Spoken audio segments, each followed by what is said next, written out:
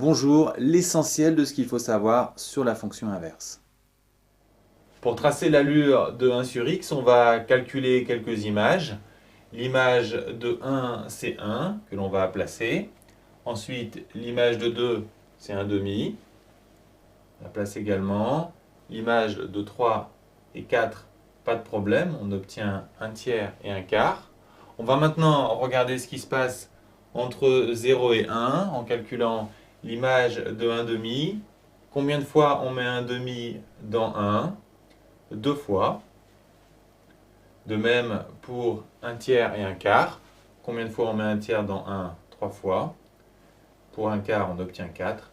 On place ces points et on obtient l'allure de la courbe 1 sur x sur les positifs. On va regarder maintenant l'allure sur les négatifs. f de moins 1, c'est moins 1.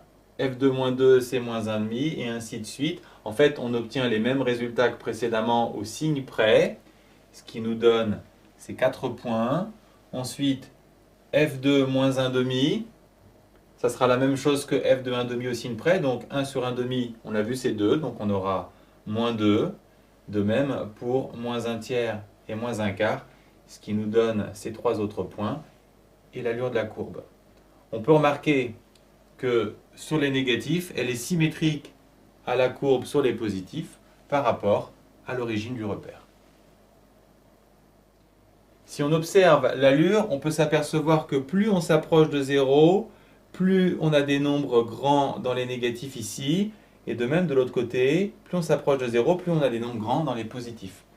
Que se passe-t-il entre les deux? Que se passe-t-il en 0? Il faudrait pouvoir calculer 1 sur 0, mais c'est impossible. C'est pour ça qu'on a ce qu'on appelle une valeur interdite en 0. Si on veut construire le tableau de signes de la fonction inverse ou son tableau de variation, il nous faut ici indiquer son ensemble de définitions. Et c'est là que la valeur interdite est importante, puisqu'elle nous indique qu'il y a un trou dans l'ensemble de définitions, ici en 0.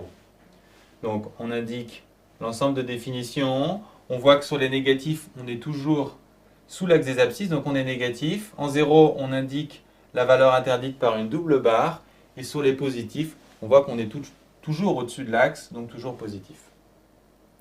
Pour le tableau de variation, de même, on commence par indiquer l'ensemble de définitions, la valeur interdite en 0. Sur les négatifs, on est toujours décroissant. De même sur les positifs, donc décroissant sur les négatifs, décroissant sur les positifs.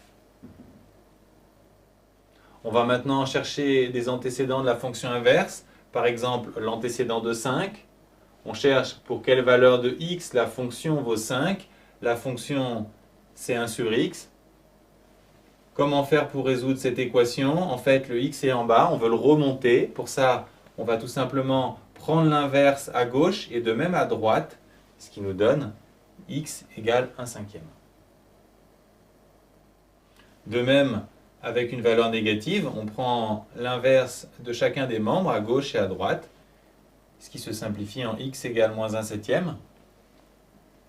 Ici, la réponse apparaît tout de suite, x égale 8.